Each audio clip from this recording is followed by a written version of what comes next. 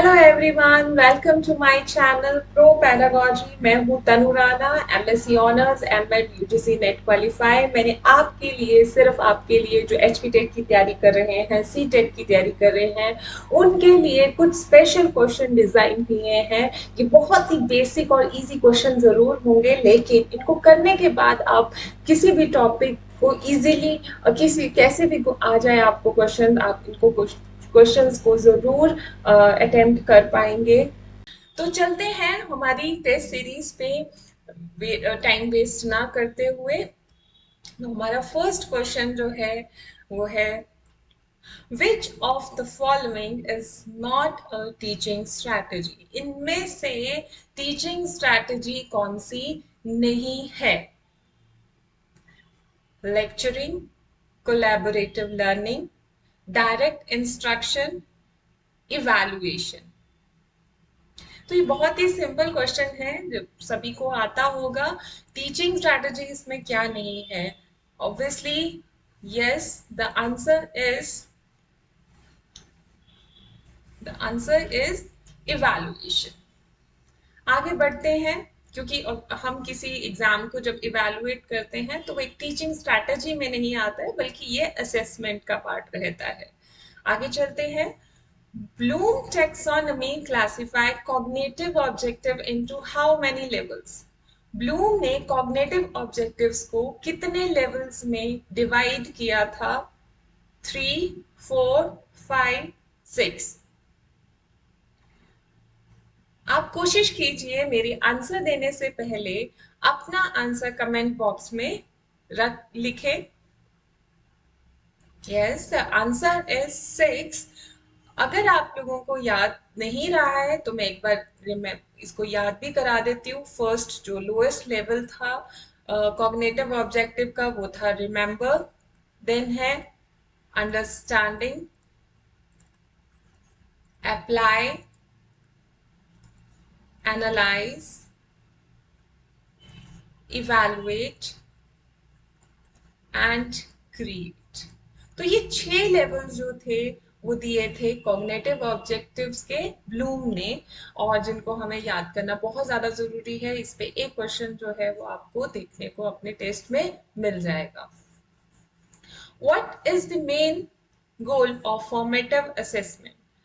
Formative assessment का main goal क्या होगा? आगे बढ़ने से पहले ये मैं आपको बता देती हूँ, दो तरह की असेसमेंट होती है, फॉर्मेटिव एंड समेटिव।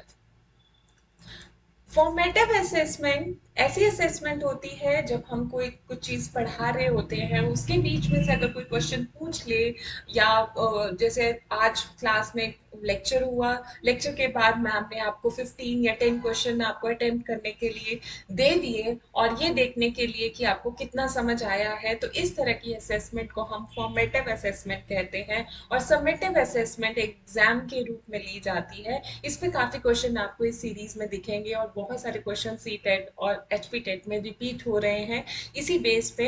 वही मैंने कहा कि हमारी जो टेस्ट सीरीज है वो कुछ इस तरीके से डिजाइन है कि एक आपको जर्नल आइडिया जो है हर कंसेप्ट पे मिल जाएगा। तो अभी होपफुली आप समझ ही गए होंगे और आंसर आ गया होगा। फिर भी हम एक बार ऑप्शंस को देख लेते हैं। Evaluating student learning at the end of a unit, assessing student progress during instruction, grading students' final exam, ranking student performance.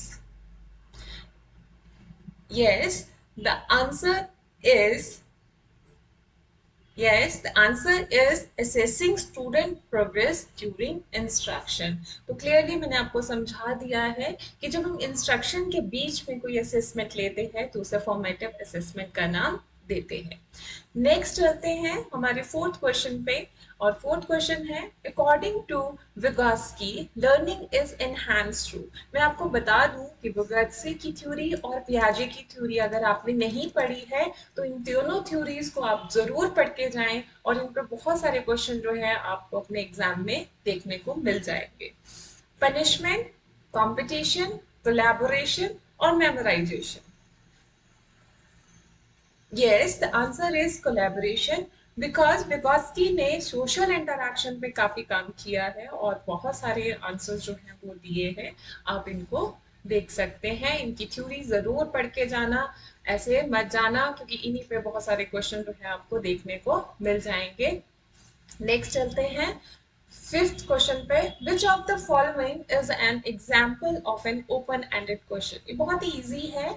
कुछ क्लोज एंडेड क्वेश्चन होते हैं। क्लोज एंडेड क्वेश्चन लाइक जैसे आपसे किसी ने पूछा कि आपका नाम क्या है, तो आप सिंपली अपना नाम बताएंगे। उसके बाद जो है वो एक तरीके का ओपन एंडेड क्वेश्चन नहीं रहता कि हाँ आपका नाम किसने रखा है, ऐसा बहुत कम होता है, तो वो ओपन एंडेड क्वेश्चन नहीं होता, वो सिर्फ आपका नाम नाम ही रहेगा।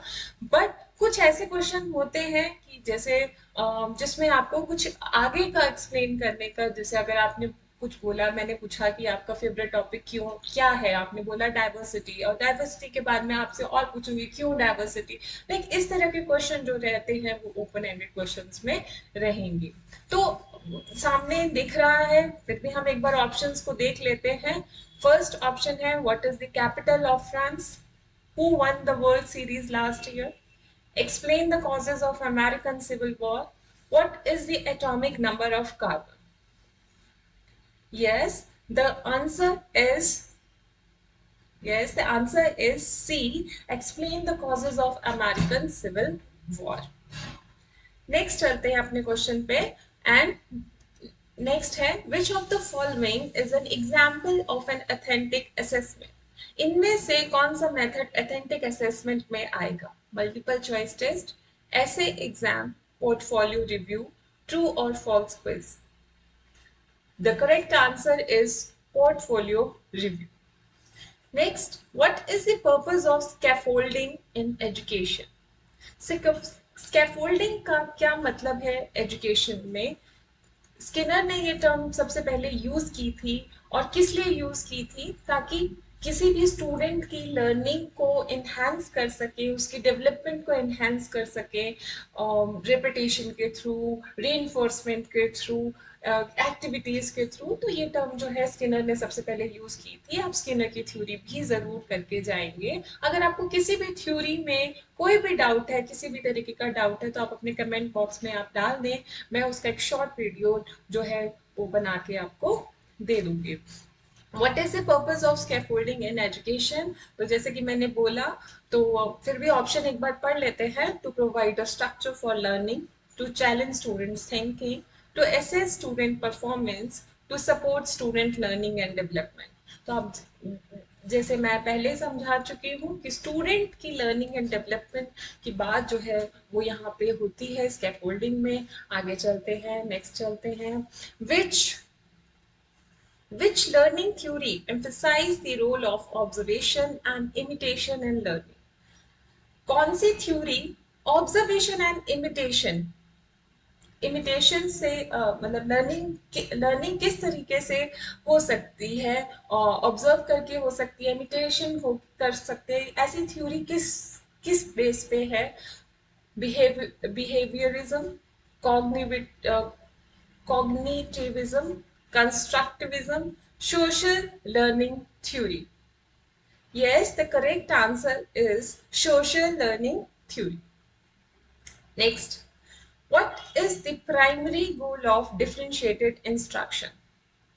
डिफरेंशिएटेड इंस्ट्रक्शन ऐसी इंस्ट्रक्शन होती है जब टीचर अलग अलग मेथड यूज कर रहा है अपनी क्लास में, क्योंकि उसको पता है कि उसकी क्लास में बहुत सारे अलग अलग तरह के बच्चे जो हैं वो बैठे हैं। उनकी उनकी जो डिमांड है, उनको जैसे समझ आता है वो बैठे हैं, तो उस इंस्ट्रक्शन को हम डिफरेंशिएटेड इंस्ट्रक्शन कह सकते हैं। मैंने समझा दिया है और आप बहुत अच्छे से अब इसका आंसर दे पाएंगे।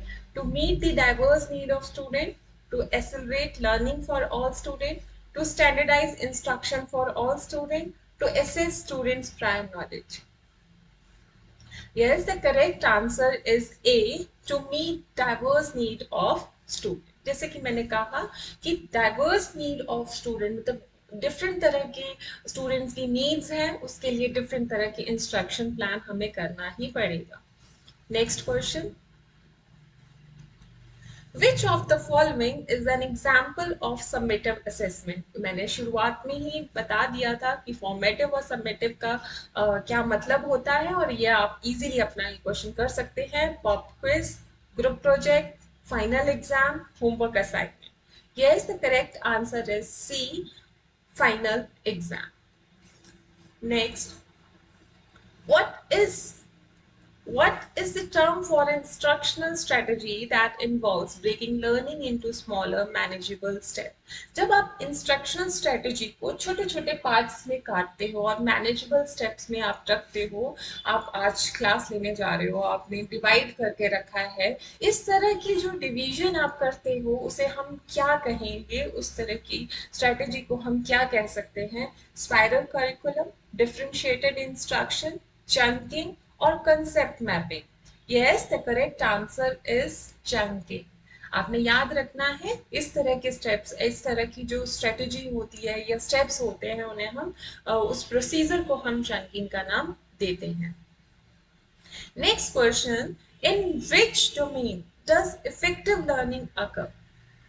इफेक्टिव लर्निंग किसमें किससे रिलेटेड है, किस डोमेन से रिलेटेड है?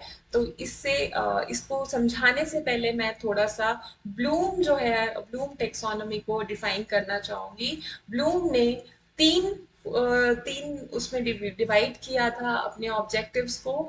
The first one is cognitive, second one is effective, and the third one is psychomotor. आप इसको कैप से भी याद कर सकते हैं, cognitive, effective and psychomotor. Cognitive head से रिलेटेड है, हेड मींस ब्रेन से रिलेटेड है. जो भी आप ब्रेन में थिंकिंग करते हैं, मेमोरी, मेमोराइजेशन आती है, क्रिटिकल थिंकिंग आती है, ये सब चीजें जो हैं वो कॉग्निटिव के अंदर आता है, जिसमें भी आपका ब्रेन जो है वो रीवायर वायर हो रहा है, उसको हम कॉग्निटिव डोमेन में डालते हैं. लेकिन इफेक्टिव डोमेन में हम इमोशंस की बात करते हैं. इमोशंस लर्निंग कैसे होगी? तो ऑब्वियसली, वैसे तो आंसर आपको पता चल गया होगा कि effective learning occurs directly relate with emotions, emotional यहाँ पे डोमेन रहेगा. And psychomotor is related with physical activity और फिजिकल स्किल. कोई भी हम अटेन करते हैं तो उसके लिए साइकोमोटर ऑब्जेक्टिव्स जो है वो रहेंगे, which is given by Bloom. Next, which of the following is an example of an extrinsic motivator? Extrinsic motivator का कौन सा एग्जाम्पल इनमें से होगा? Personal interest in the subject, internal satisfaction, grades, sense of accomplishment.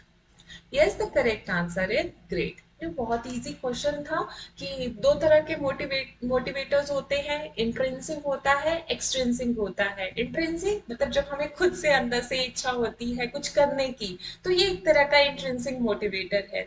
लेकिन अगर आपको कोई आज मार्क्स मिलते हैं, 10 out of 10 मिलते हैं, क्लास में आपके लिए क्लैपिंग होती है, तो ये एक तरह का एक्सट्रिंसिक मोटिवेटर हो जाता है और हमें लर्निंग में मजा आने लगता है. तो ये एक तरह का एक्सट्रिंसिक मोटिवेटर रहेगा. नेक्स्ट क्वेश्चन देख लेते हैं. What is the primary focus of student centred learning? Student centred learning अगर हम लोग अप्रोच कर रहे हैं तो उसका प्राइमरी फोकस क्या होगा? Teacher led instruction, memorization and recall, individual student needs and interest, standardize assessment. Yes, the correct answer is individualized student needs and interest. अगर हम स्टूडेंट्स को ध्यान में रख के अपनी इंस्ट्रक्शन प्लान करते हैं, अपना टीचिंग लर्निंग प्रोसेस प्लान करते हैं, तो ऑब्वियसली वो एक तरीके की स्टूडेंट की नीड्स और इंटरेस्ट को ध्यान में रख के बनाया जाने वाला प्रोसेस है. Next, what is the primary purpose of rubric? rubric एक तरह का टूल रहता है, एक टेबल होता है, उसको हम क्या पर्पस हमारा रहेगा? To assign grade to student work, to provide feedback on student performance, to communicate learning goal and expectation, to rank student performance. The answer is C, to communicate learning goals and expectation. Next, which of the following is a characteristic of constructivist learning environment? Learning environment, इस पे मैं बता दूं आपको, constructivist learning पे आपको बहुत ज़्यादा क्वेश्चन इस बार दिख जाएंगे, प्रोग्रेसिव लर्निंग पे, कंस्ट्रक्टिविस्ट लर्निंग पे। अगर इन पे आपको कहीं पे भी कुछ भी डाउट है तो आप कमेंट बॉक्स में अपना डाउट रख सकते हैं। मैं कोशिश करूंगी कि उसे आपके लिए सॉल्व करूं। Teacher centred instruction, passive learning, direct transmission of knowledge, active student engagement. तो answer is active student engagement, क्योंकि जितना ज्यादा बच्चा एक्टिव होगा, जितना ज्यादा बच्चा खुद से कंस्ट्रक्ट करेगा, उतना लर्निंग एनवायरनमेंट जो है वो उसके लिए सेफ है और उतनी ज्यादा लर्निंग जो है वो होने के चांसेस है। नेक्स्ट चलते हैं, what is the purpose of pre assessment. आप किसी भी चीज को प्री असेस कर रहे हो तो उसका क्या पर्पस होगा? To evaluate student performance at the end of unit, obviously नहीं, ये तो नहीं हो सकता। To introduce new content, to determine student prior knowledge and skill, to provide feedback on student work. Obviously, the answer is C, to determine student prior knowledge and skills. Next question, what is the main goal of flipped classroom approach. आगे बढ़ने से पहले मैं बता दूं, flipped classroom एक new approach है। इसमें हम मेथड क्या करते हैं, हम पहले ही असाइनमेंट पहले ही एक तरह का असाइनमेंट दे देते हैं बच्चे को, पढ़ के आने के लिए बोलते हैं, और फिर क्लासरूम में उस जो भी टॉपिक रहता है उस पर हम डिस्कस करने के लिए कहते हैं। तो ये एक छोटी सी एग्जांपल मैंने दिया फ्लिप क्लासरूम अप्रोच का। तो ये किस लिए है, इसका मेन गोल क्या है? To eliminate homework assignment, to provide more teacher centred instruction, to reverse the traditional order of instruction and homework, to reduce student engagement. Yes, the correct answer is to reverse the traditional order of instruction and homework.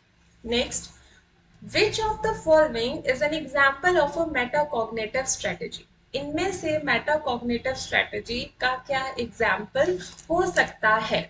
Highlighting key information in a text, taking notes during a lecture, rehearsing information to remember it, or reflecting on one's learning process. Yes, इसका answer जो है वो D है। Metacognitive strategies ऐसी strategies होती है जिसमें हम सेल्फ रियलाइजेशन करते हैं कि हमें कितना आता है, हमने क्या पढ़ा, हमने क्या छोड़ा। जब इस तरीके के क्वेश्चन हम पूछते हैं अपने आप से, तो वो एक तरीके से अपनी लर्निंग को जज करना होता है, अपनी लर्निंग को रिफ्लेक्ट करना होता है। तो accordingly this D is the correct option. Next, what is the primary purpose of a graphic organiser? To organize information visually, to assess student learning, to summarize content, to deliver direct instruction.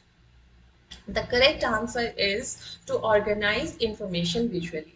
Hopefully ये आपको सबको आता होगा। मैंने कोई भी एक graph बनाया तो ऑब्वियसली वो एक विजुअली मैं समझ पा रही हूँ कि वो किस तरीके से ए कंपोनेंट बी कंपोनेंट से रिलेटेड है।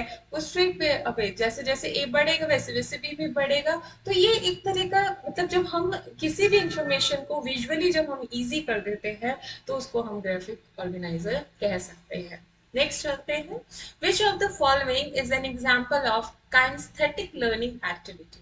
काइनेस्थेटिक एक्टिविटी होता है जिसमें हम कुछ फिजिकल एक्टिविटी करते हैं। तो अकॉर्डिंग दिस बहुत इजी हो जाएगा आपको क्वेश्चन करना। Listening to a lecture, watching a video, participating in a hands on experiment, reading a textbook. The answer is C. जैसे कि मैंने आपको बोला कि जब भी कोई फिजिकल एक्टिविटी होती है तो वो इसमें आती है। Next, which of the following is an example of a project-based learning activity? Taking a multiple choice test, writing an essay, solving a math problem, or creating a multimedia presentation. The project-based है, obviously the answer is D, creating a multimedia presentation. Next, what is the main goal of inquiry based learning? जब हम किसी भी class को inquiry based बनाते हैं, ज़्यादातर science की क्लासेस जो होती हैं उसमें हम ये मॉडल काफ़ी ज़्यादा यूज़ करते हैं। तो ये किस लिए होता है? To promote memorization of facts? Obviously no. To develop critical thinking skills, to provide direct instruction, to standardize learning outcome. The answer is obviously B, to develop critical thinking. आपने देखा होगा छोटे बच्चे बहुत क्वेश्चन पूछते हैं, जब वो क्वेश्चन पूछते हैं तो उनकी क्रिटिकल थिंकिंग काफी ज्यादा एनहांस होती है। Next, our 24th question is, which of the following an example of cognitive learning strategy? Cognitive learning strategy का इनमें से कौन सा एग्जाम्पल होगा? Summarizing information, rewarding positive behavior, group collaboration, asking open-ended question. Yes, the correct answer is summarizing information. Next, what is the primary purpose of a think aloud strategy? Think aloud strategy में इनमें से कौन सा option सही है? To evaluate student performance, to encourage group discussion, to model thought process, to deliver direct instruction. Obviously जब हम think कर रहे हैं तो हम अपने thought process को जो है बढ़ा रहे हैं, तो ये हमारा purpose रहेगा. What is the main purpose of using technology in the classroom? To replace traditional teaching method, to entertain students, to enhance teaching and learning, to reduce teacher work. Technology classroom में हम कोई भी technology use करते हैं तो वो सिर्फ और सिर्फ टीचिंग लर्निंग प्रोसेस को इनहेंस करने के लिए होता है, ना कि बर्डन कम करने के लिए, ना ही ट्रेडिशनल टीचिंग मेथड को रिप्लेस करने के लिए, और ना ही स्टूडेंट के एंटरटेनमेंट के लिए. Next, which of the following is an example of cooperative learning activities? cooperative learning activity का बेस्ट एग्जाम्पल क्या होगा? Taking a standardized test, completing an individual worksheet, participating in a group discussion, or listening to a lecture. तो cooperative है, नाम से पता चल रहा है, तो obviously group discussion, C is the correct option. Next, what is the primary goal of a reflective journal? Reflective journal का primary goal क्या होगा? To record daily activities, to assess student performance, to encourage self-reflection and critical thinking, to provide feedback on student performance. तो मैंने आपको पहले भी बताया है, रिफ्लेक्टिव, मेटाकॉग्निटिव, ये सब चीजें जो हैं डायरेक्टली रिलेट करती हैं सेल्फ रिफ्लेक्शन पे, और ये कहीं ना कहीं हमारी क्रिटिकल थिंकिंग को जो है बढ़ाती है. नेक्स्ट चलते हैं. Which of the following is an example of a self-regulated learning strategy? इसका सही आंसर आपको बताना है मुझे.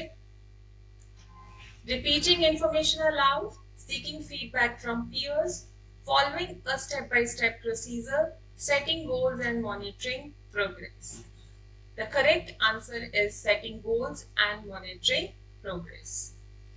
Next, what is the main focus of culturally responsive teaching? आप कल्चर को ध्यान में रखते हुए टीचिंग कर रहे हैं. आप क्या कर रहे हैं?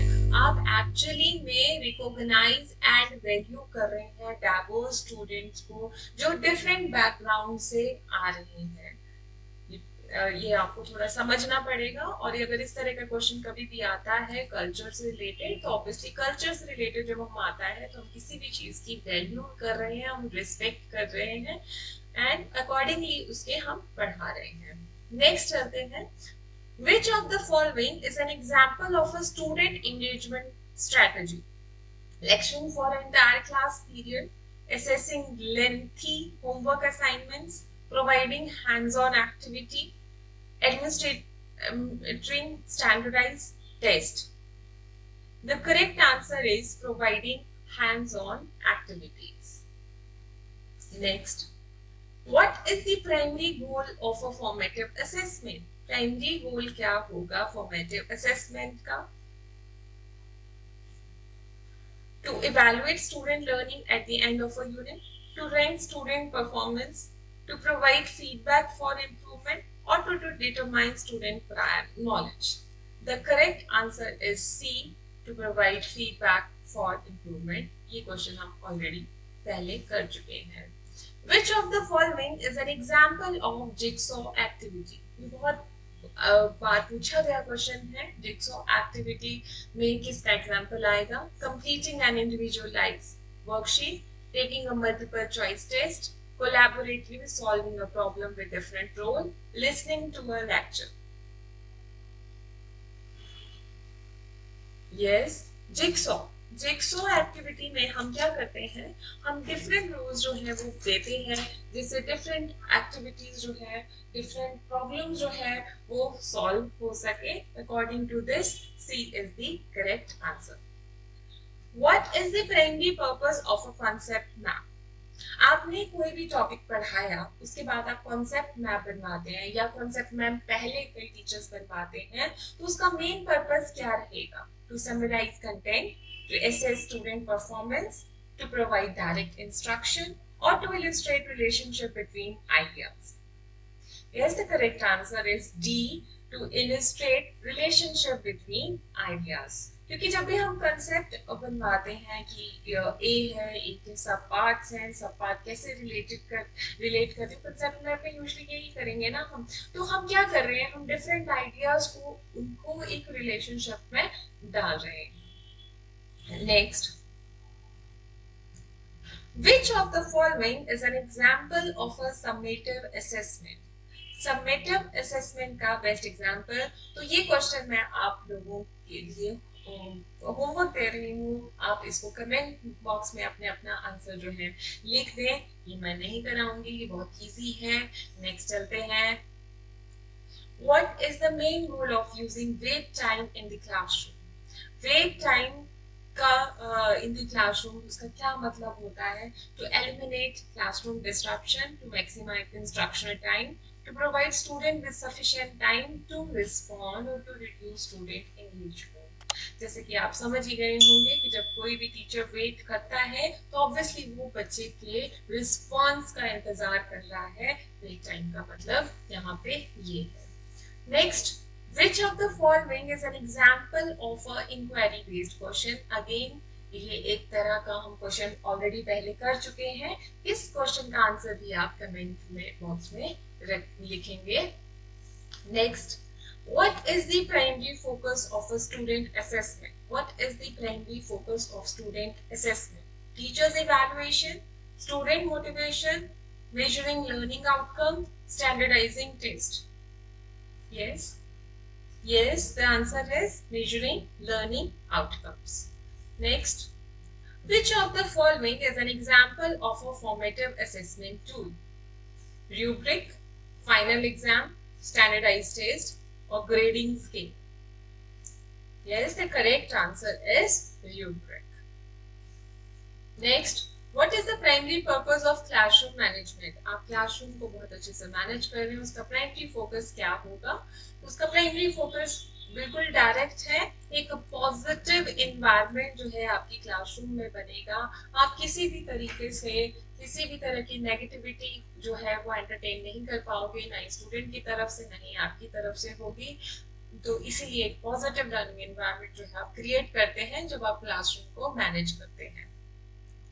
Which of the following is an example of differentiated instructional strategy? Teaching the same lesson to all students, providing individualized instruction based on student needs, assessing the same homework to all students, or using the same assessment for all students. The correct answer is B. इस तरह का question हम एक पहले भी कर चुके हैं, आप उसको देख सकते हैं। Next question, what is the primary goal of think pair shared activity? Again आपको पेयर में थिंकिंग के लिए एक एक्टिविटी, एक प्रॉब्लम दे दी जाती है, तो वो किसका एग्जाम्पल होगी, क्या उसका गोल, मतलब क्या प्राइमरी गोल रहेगा? To foster collaborative learning, to foster collaborative learning. Next, which of the following is an example of a performance based assessment? Performance based assessment का बेस्ट एग्जाम्पल क्या है? मल्टीपल चॉइस टेस्ट, ट्रू और false quiz, oral presentation, or fill in the blanks? Obviously the answer is oral presentation, because जब आप orally कोई चीज बताते हैं, हुई होगी आपके साथ भी, बहुत सारी स्कूल में एक्टिविटीज हुई हैं, कॉलेज में एक्टिविटीज हुई हैं, जिसमें आपको ओरली 5 मिनट तक बोलना होता है या 2 मिनट तक बोलना होता है, जिससे आपका एक परफॉर्मेंस दिखती है। तो इसलिए ये ओरल प्रेजेंटेशन जो है वो परफॉर्मेंस बेस्ड असेसमेंट रहेगा। What is the main focus of the social constructivist learning theory. जो जितने भी सोशल कंस्ट्रक्टिविस्ट थे, जिसमें वो की जो है वो सोशल कंस्ट्रक्टिविस्ट थे, इनमें उनका मेन फोकस क्या है? Individualise learning, teacher central instruction, social interaction and collaboration, direct transmission of knowledge. Yes, the correct answer is C, social interaction and collaboration. Next question, which of the following is an example of a classroom routine? Classroom routine का best example क्या है? बहुत easy है, group project, independent study, morning meetings, homework assignment. तो classroom routine आपको पता है, morning meeting जो रहती हैं वही क्लासरूम रूटीन होता है। Next, what is the primary goal of classroom discourse? To promote student engagement, to maintain classroom discipline, to control student behavior, to deliver direct instruction. The answer is A, to promote student engagement. 47 question, which of the following is an example of a self-assessment tool? Again, आप बहुत अच्छे से कर पाएंगे। Teacher feedback, peer evaluation, reflection journals, grading, rubric. Answer is reflection journal. Again मैं आपको बता रही हूँ कि जहाँ पे भी सेल्फ असेसमेंट की बात होती है वहाँ रिफ्लेक्शन और मेटाकॉग्निटिव वर्ड आप याद रखेंगे। What is the main purpose of think tank activity? Again हम ये क्वेश्चन थोड़ा सा घुमा के पूछा है, लेकिन आप कर सकते हैं easily. To promote group collaboration. Next, which of the following is example of cognitive learning outcome? Cognitive learning outcome: identifying the stages of mitosis, demonstrating a dance routine, solving a math equation, participating in a group discussion. तो ये तीनों नहीं हो सकते, ये एक cognitive नहीं है। डांस आपका साइकोमोटर में जाता है, सॉल्विंग अ मैथ इक्वेशन भी कॉग्निटिव में जा सकती है, लेकिन यहाँ पे जो ज्यादा है वो ब्रेन प्लस हाथों का, क्योंकि आप सॉल्व कर रहे हो। और participating in a group discussion, यहाँ पे आप इफेक्टिव, यहाँ पे आपके इमोशंस रिफ्लेक्ट होंगे। The correct answer is identifying the stage of mitosis. जो भी मेडिकल बैकग्राउंड या साइंस बैकग्राउंड है वो इजीली इस क्वेश्चन को समझ सकते हैं। Next, what is the primary focus of a positive classroom climate? Teacher authority, strict discipline, cooperative learning, standardized testing. Yes, the correct answer is cooperative learning. I hope these questions and solution on pedagogy are helpful to you. Thank you. All the very best. अगर अभी तक channel को subscribe नहीं किया है तो जरूर subscribe कीजिए, लाइक एंड शेयर कीजिए, और कोई भी डाउट है तो कमेंट कीजिए। आपके लिए ऐसी ही वीडियोस, ऐसी ही सीरीज के साथ हम हाजिर होते रहेंगे। Thank you so much.